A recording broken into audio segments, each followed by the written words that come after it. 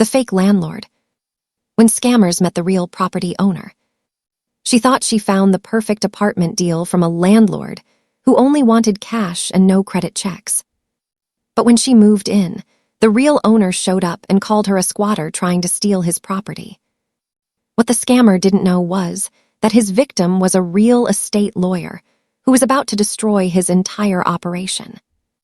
Welcome back to Consequences & Co., where rental scammers always pick the wrong victim and housing fraud comes with the steepest penalties. I'm your host, and today we're diving into one of the most satisfying rental scam revenge stories trending everywhere right now.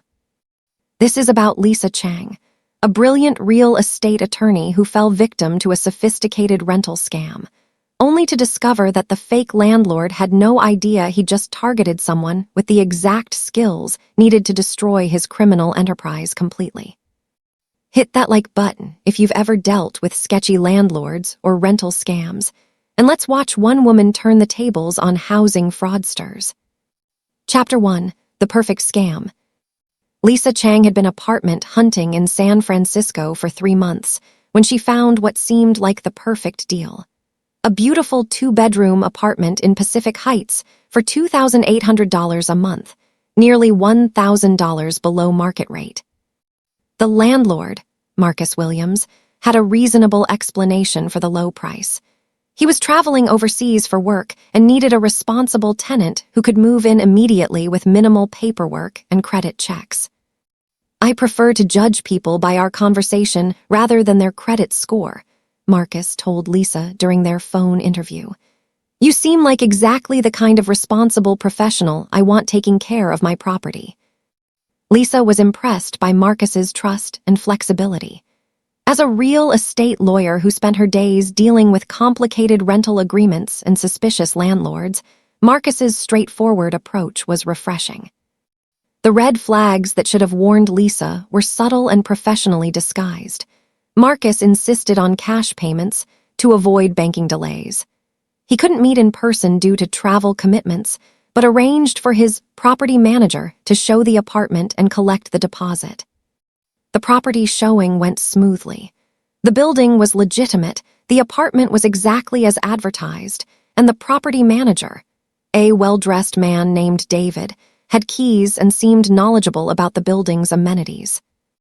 "Mr. Williams asked me to collect first month's rent, last month's rent, and security deposit today if you're interested," David explained. "He's flying to London tomorrow and wants everything finalized before he leaves." Lisa paid $8,400 in cash and received official-looking lease documents, keys, and a receipt.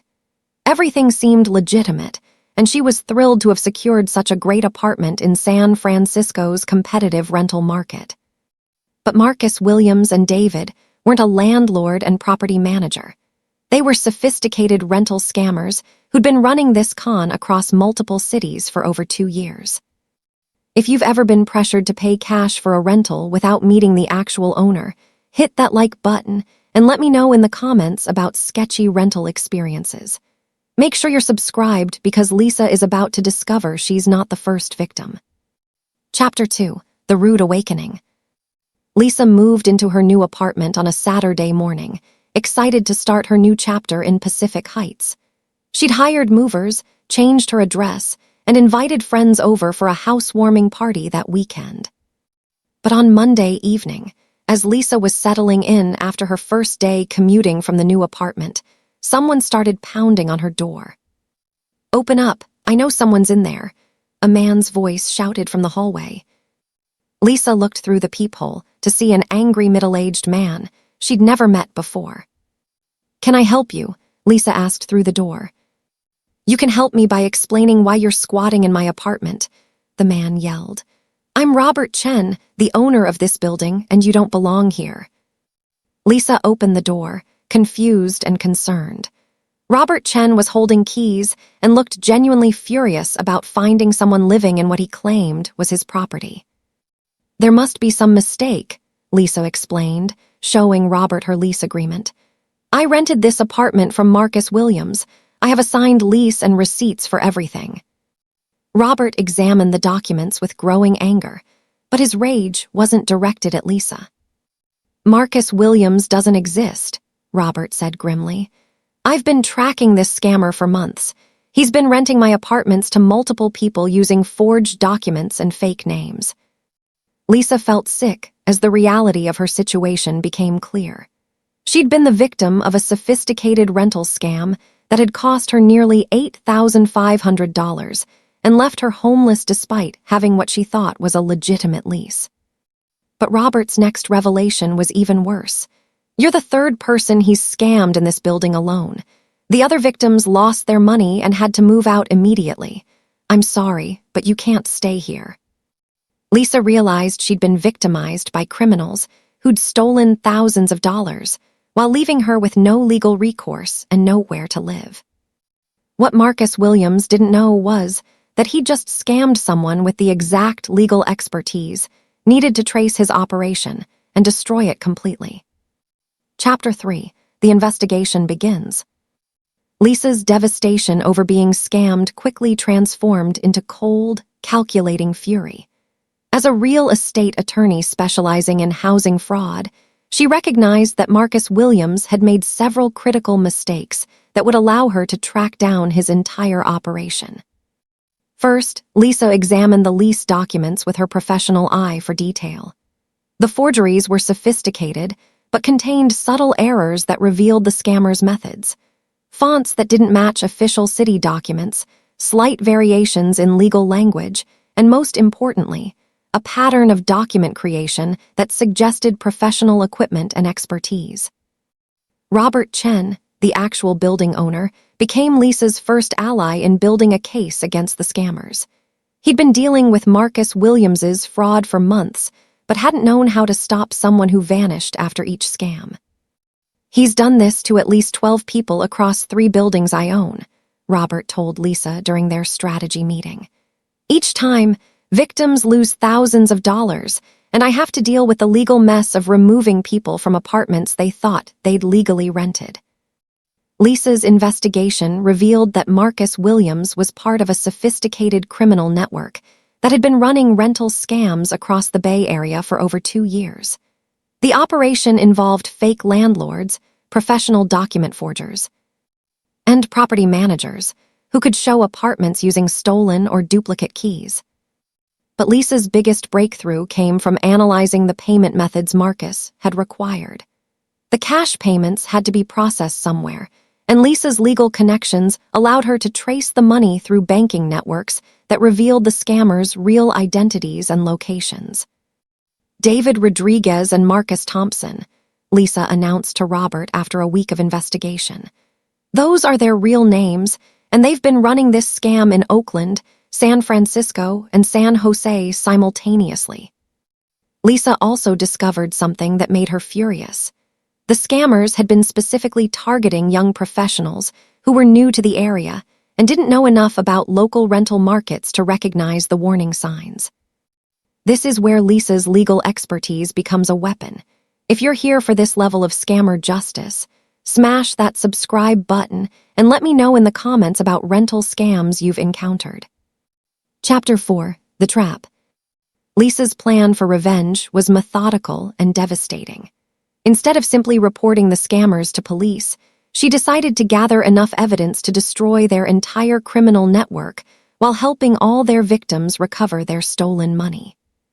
Working with Robert Chen and 2 other property owners who'd been targeted, Lisa created a fake rental opportunity designed to lure Marcus Williams and David Rodriguez into a trap that would expose their entire operation. Lisa posed as Sarah Martinez, a young tech worker new to San Francisco with cash to spend and limited knowledge of rental markets, exactly the kind of victim the scammers preferred to target. "I just got a job at Google and need to find an apartment quickly," Lisa told Marcus during their phone conversation, using a fake name and background story. "I don't have time for extensive credit checks or complicated applications." Marcus took the bait immediately, offering Lisa a luxury apartment in Soma for $3,200 per month, again, suspiciously below market rate and requiring immediate cash payment. But Lisa's trap was more sophisticated than just catching one more scam. She'd coordinated with police, the FBI's Financial Crimes Unit, and the State Attorney General's office to ensure that Marcus and David's arrest would lead to a comprehensive investigation of their network. Lisa also worked with a private investigator to document every aspect of the scam. The fake property showing, the forged documents, the illegal key duplication, and most importantly, the money laundering operation they used to process victims' cash payments. The apartment showing was scheduled for a Saturday afternoon at a building Robert Chen owned, but had deliberately left vacant for the trap. What Marcus Williams and David Rodriguez didn't know was that they were walking into a carefully planned operation that would expose their crimes to law enforcement and their victims simultaneously. Chapter 5, The Takedown. The apartment showing began exactly like Lisa's original scam experience, with David Rodriguez playing the role of property manager and showing Lisa around a beautiful apartment she couldn't legally rent.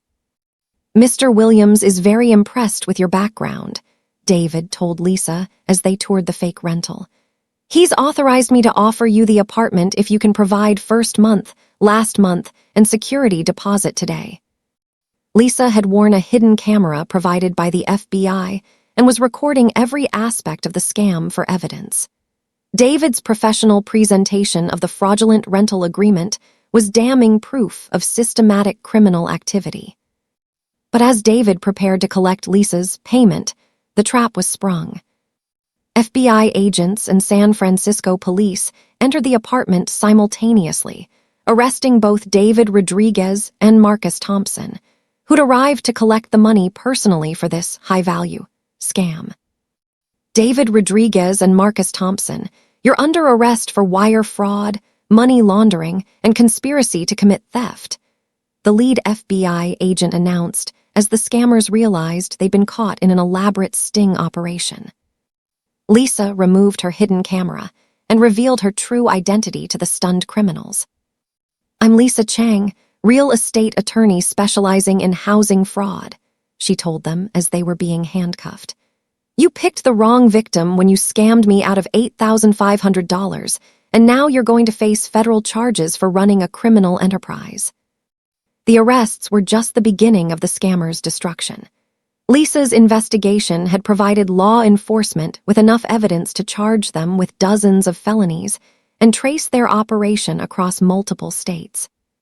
But Lisa's most satisfying moment was calling the 12 other victims she'd identified to let them know that the people who'd stolen their money were finally facing justice. Chapter 6, The Complete Destruction. The federal investigation triggered by Lisa's trap revealed that Marcus Thompson and David Rodriguez had stolen over $340,000 from rental scam victims across California, Nevada, and Oregon over the past 2 years. Their operation was far more sophisticated than individual apartment scams. They'd created fake property management companies, forged relationships with legitimate real estate agents, and even established fraudulent business bank accounts to launder their stolen money. But their systematic targeting of young professionals new to expensive rental markets had created a pattern that federal prosecutors could use to file racketeering charges under the RICO Act, typically reserved for organized crime enterprises. These defendants created a criminal enterprise specifically designed to prey on vulnerable people during one of the most stressful experiences, finding housing in a competitive market, the federal prosecutor announced during their arraignment. Marcus Thompson received 6 years in federal prison plus restitution orders, totaling $340,000. David Rodriguez got 4 years plus an additional 2 years for identity theft charges related to the fake documents they'd created. But their financial destruction extended far beyond criminal penalties. Lisa's civil lawsuit on behalf of all victims resulted in seizure of their personal assets, including cars, jewelry, and real estate they'd purchased with stolen money. The scammers' family members, who'd been enjoying luxury lifestyles funded by rental fraud, suddenly faced financial ruin as federal agents seized assets and froze bank accounts connected to the criminal enterprise. Most satisfying to Lisa was the complete recovery of money for all victims. The asset seizures and restitution orders meant that every person who'd been scammed received their full losses back, plus damages for the trauma and displacement they'd experienced. This is what happens when rental scammers target a lawyer who specializes in housing fraud. If you're loving this scammer justice, make sure you hit that subscribe button and let me know in the comments about your worst landlord experiences. Chapter 7: The Systemic Impact. Lisa's case against Marcus Thompson and David Rodriguez became a landmark prosecution that transformed how law enforcement approached rental fraud across the country. The evidence Lisa had gathered revealed that rental scams were far more organized and widespread than authorities had realized, leading to new task forces in major cities designed to identify and prosecute housing fraud networks. Lisa's documentation methods became a model for other victims of rental scams, and her law firm established a pro bono program helping people who'd been targeted by similar schemes. Rental scammers count on victims being too embarrassed, isolated, or financially devastated to fight back effectively, Lisa explained during a consumer protection conference. When we organize victims and use proper legal channels, we can destroy entire criminal networks. The case also led to policy changes, requiring stronger verification for online rental listings and better protection for legitimate landlords whose properties were being used in scam operations.